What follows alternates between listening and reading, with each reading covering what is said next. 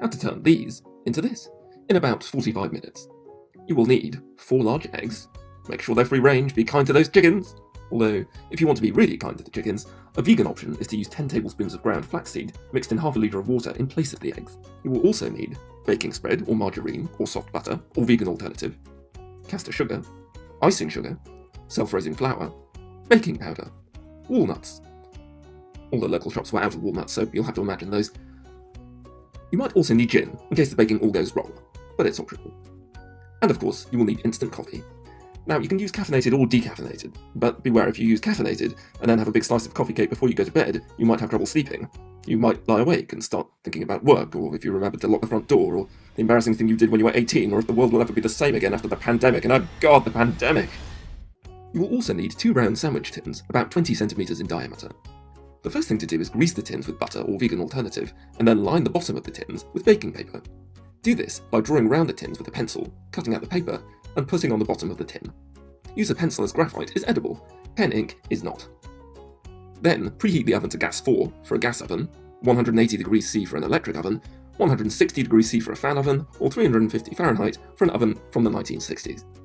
Next, break the 4 eggs, or flaxseed equivalent, into a large bowl and whisk with 2 heaped teaspoons of instant coffee. Then add 225 grams of caster sugar, 225 grams of the margarine or vegan alternative, and mix together until well combined. Next, sift in 225 grams of self-raising flour and 2 level teaspoons of baking powder.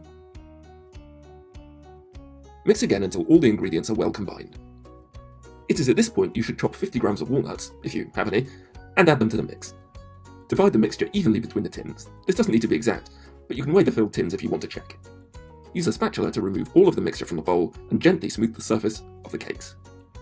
Do not lick the bowl or whisk clean, as they contain raw eggs, unless you did the vegan option. Place the tins on the middle shelf of the oven and bake for 25 minutes. Do not be tempted to open the door while they're cooking, or they will sink. Just sit back and rest. Ah, now I see where the gin comes in. After 25 minutes, if you're still sober, open the oven and use a cake tester to see if they're done. If they are, leave to cool.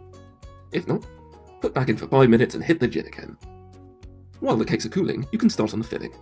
Mix 85 grams of softened butter to 170 grams of icing sugar. Start to mix very slowly, or the icing sugar will go everywhere. No. Then, add 1 heaped teaspoon of coffee to 1 dessertspoon of hot water and mix. You don't want to add too much, or the filling will get too watery. Well, that's too watery!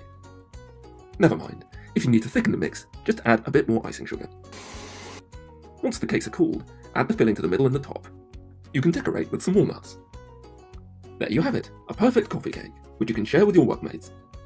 Oh, that's right, the lockdown. Well, I suppose you'll have to eat it all yourself. Or you could share it with your lockdown companion.